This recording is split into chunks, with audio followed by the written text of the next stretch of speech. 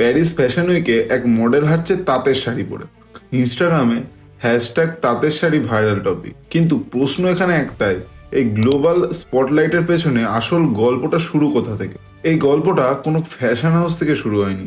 গল্পটা শুরু হয়েছে আমাদের বাংলারই এক ছোট্ট তাঁত ওয়েবারের হাত ধরে। তাঁত শাড়ি বিজনেস একটা গ্লোবাল আইডেন্টিটি হয়ে দাঁড়িয়েছে এখন, কিন্তু এক সময় এটা ছিল একটা সার্ভাইভালের গল্প। চলুন আজ সেটিকে জেনে নিই। ইতিহাস বলছে বাঙালি তাঁত শিল্পের বয়স 500 বছরেরও বেশি। মুর্শিদাবাদ, শান্তিপুর, নদিয়া, ফুলিয়া এই জায়গাগুলি থেকে একসময় মুঘল দরবারে পর্যন্ত শাড়ি পাঠানো হতো। ব্রিটিশ আমলে মেশিনে তৈরি শাড়ি ঢুকে পড়ায় এই তাঁত শিল্প ধ্বংসের মুখে পড়েছিল। তাহলে এখন প্রশ্ন হলো, এত সব বাধার বিপক্ষে গিয়ে তাঁত টিকলো কিভাবে? কারণ তাঁত শুধু কাপড় নয়, তাঁত মানে breathable fabric, climate friendly design, আর সব থেকে বড় কথা হিউম্যান টাচ, যা কোনো মেশিন তৈরি করতে পারবে। একটা সময় ছিল যখন তাঁতিরা শুধু মিডিলম্যানের উপরে ডিপেন্ড করে থাকতো। তাদের কাপড় যেত শহরে, কিন্তু সেই কষ্টের দাম তারা পেত না।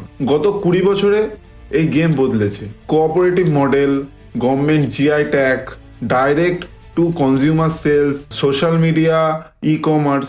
গ্রামের তাঁত আজ পৌঁছে গেছে নিউ ইয়র্ক, লন্ডন, টোকিও।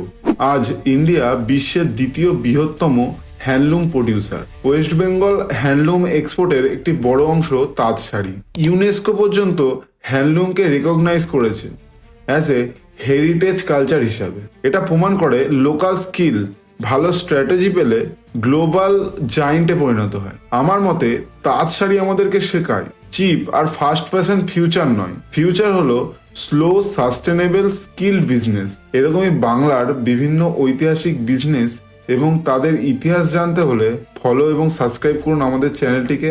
আর ভালো লাগলে লাইক এবং কমেন্ট করে জানাবেন।